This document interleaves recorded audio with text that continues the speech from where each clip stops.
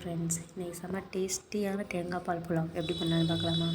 அதுக்கு குக்கரில் ஆயில் போட்டு சோம்பு ஸ்பைசஸ்லாம் ஆட் பண்ணிவிட்டு கருவேப்பிலை, பச்சை மிளகா, 2 வெங்காயம், ஒரு தக்காளி எல்லாம் சேர்த்து நல்லா வதக்கணும். வதங்கினதுக்கப்புறம் 6 முந்திரி பருப்பு, 1 ஸ்பூன் இஞ்சி சேர்த்து நல்லா வதங்குங்க.